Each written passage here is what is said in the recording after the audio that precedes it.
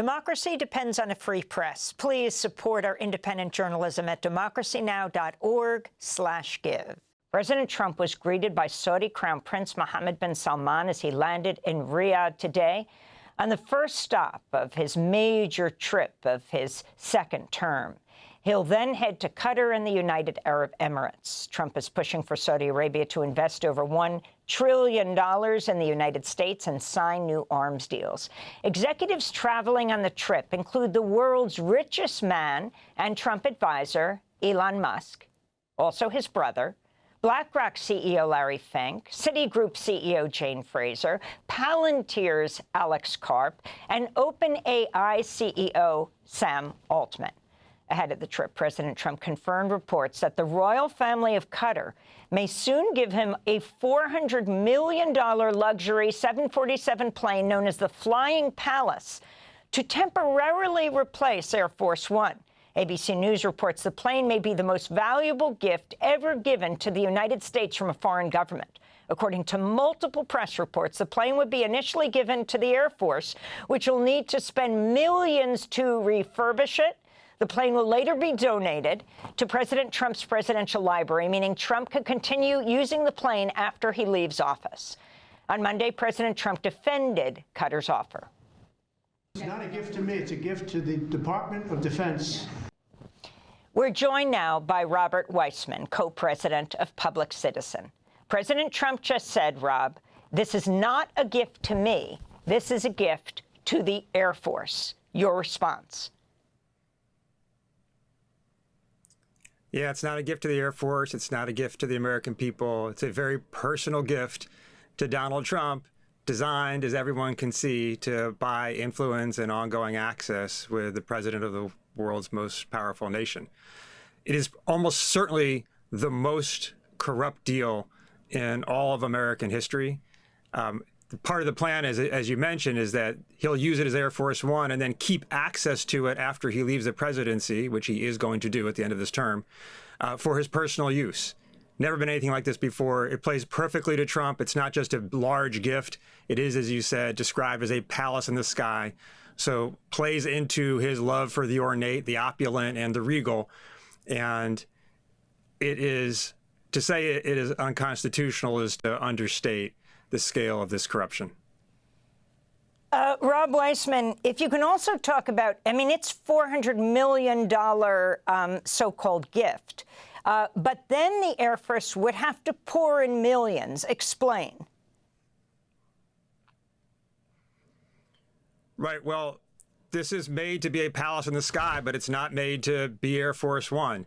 So all of the national security devices and protections that have to be built into the plane would have to be built into this so-called gift. So it's a huge waste of taxpayer assets. It's not clear how much time Trump would be able to use it while in the presidency. Reports are it would take years to do that upgrade. And by the time it's upgraded, it may be time to move on to the next president.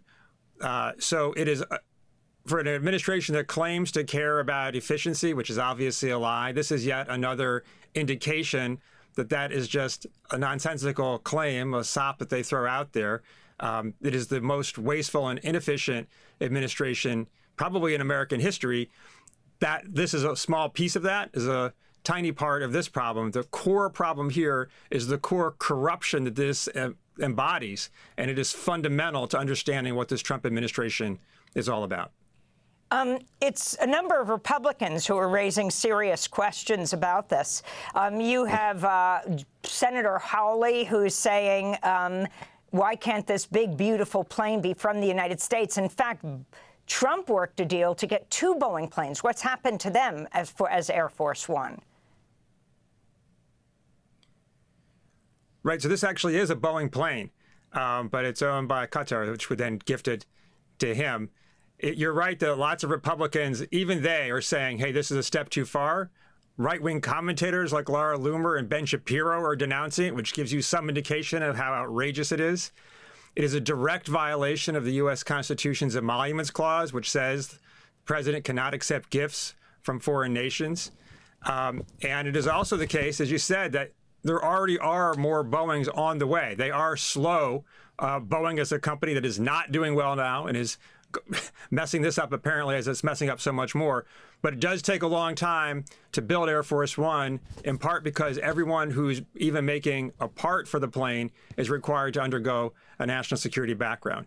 In the same way, it'll take a long time to upgrade this plane if, in fact, the gift is made to Donald Trump.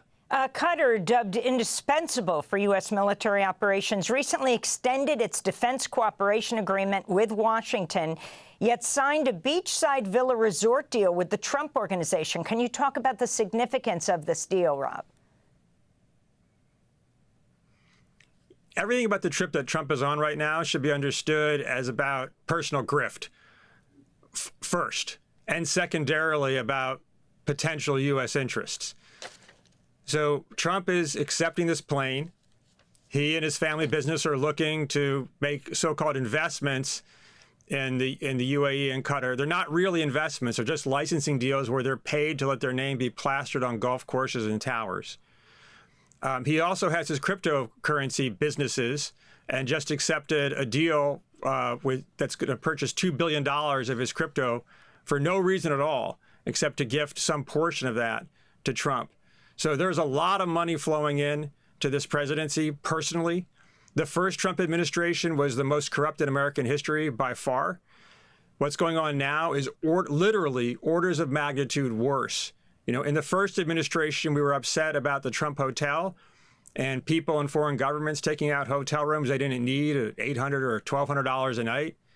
Now they're making deals for $400 million a pop. It is quite something, and it is both a degradation of the presidency, but more fundamentally, it's a corruption of the office, meaning foreign policy or policy in general is for sale in this administration.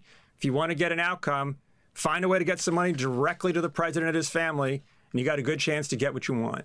And very quickly, on the executive order he just signed before his trip to require drug companies to decrease their prices within 30 days, which sounds like a very good thing, make them so they're not more expensive drugs than in other parts of the world. You're contending he will just pick up the prices, and this will benefit drug companies in the rest of the industrialized world. Right. It's a good tagline, and it would be a good policy if it were his policy. As you said, Bernie Sanders supports it. Public Citizen supports it. The idea that the U.S. shouldn't pay more for drugs than other rich countries around the world. Donald Trump could push that policy forward by supporting legislation in Congress, which would pass in no time if he said he supported it, or even using his own existing tools. He's not doing that. He just signed an executive order which said, please don't make us pay more, which no drug company is going to follow. But what he also said is the rest of the world should pay more to raise their prices to be more like the United States. So the practical impact of what he's going to do is going to be to raise prices overseas. Meanwhile, Republicans in Congress aren't trying to lower prices. They're trying to extend monopoly protections to make the prices paid by Medicare more expensive. So the drug companies are going to come out pretty well from this deal, even though they're pretty scared of what might happen. What seems to actually be happening is going to benefit their bottom line, hurt the rest of us. Democracy Now! Is funded by viewers like you. Please give today at democracynow.org/give.